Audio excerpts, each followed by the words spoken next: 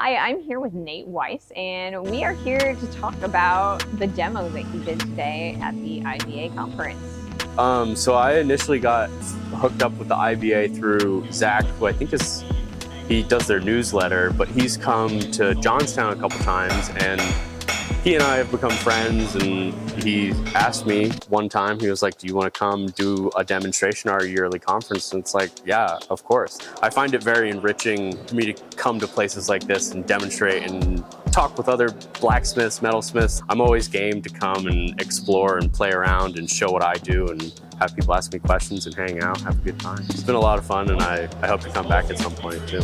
So today I demonstrated 3-leaf dividers, which is, it's a very historic forging, but I have a more modern abstraction on it. So it starts, of course, in the forge. You create like a book match section, and then you forge weld it together and create pieces that will fit with one another.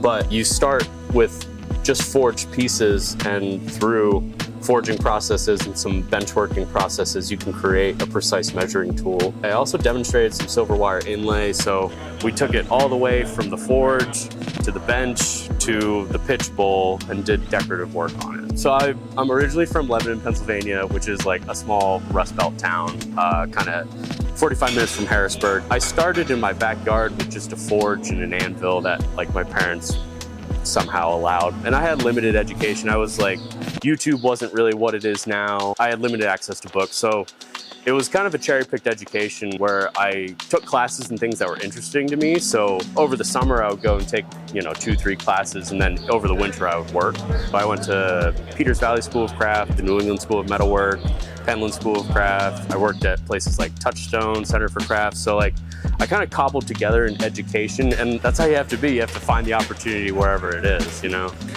I currently reside in Johnstown, and I work for the Center for Metal Arts. I run their social media part-time, and then I help them build their programming. I'm very privileged and fortunate to be involved there. So the Center for Metal Arts is a non-for-profit forging education school with a focus on industrial forging education. So we do a lot of power hammer work, and then there's also restoration efforts going on there currently to restore one of the original blacksmith shops that helped build the steel industry in the region, Cambria Iron Companies. There's long-term scholarship programming that happens there. We have scholarship-funded industrial forging workshops. There are week-long workshops, weekend workshops, and it's a really great place to kind of immerse yourself in forging education in a place that kind of built it in a way. If you haven't been, you should go. And if you're in the area, you should definitely check it out because it's a really, really awesome spot. You could go to centerformetalarts.org. That's like the main website for them, but also look them up on Instagram, Center for Metal Arts. My focus is in refined utilitarian object. I've fallen in love with like cold working process a lot, where I love how things fit together tightly, or like finishes I can achieve just with hand tools. Like that stuff really excites me. Yeah, I'm really into this stuff too, so yeah. I've gotten more and more into like inlay and engraving work, so I'm really loving that. But forging is like my main squeeze, I think. I love taking people on a journey of showing like you can start big and go smaller and smaller and smaller incrementally. And something about elevated and ornamented tools from antiquity are really captivating to me, because it's like they didn't need to do that, right? Like it just needed to work, but they took the time to make it a little more interesting. So where are you on the balance between form and function? Man, hard-hitting questions. When you do something repetitive, like if you had to draw an apple 500 times, when you start, it's an apple, but by the time you get to the end, it's a collection of lines and shading. So I think that's kind of where I'm headed, is like a little more abstract, a little more, I do love the function, and I think I'll always make functional work, but I start to see these as like miniature sculptures in a way, where I don't know if they're just tools anymore.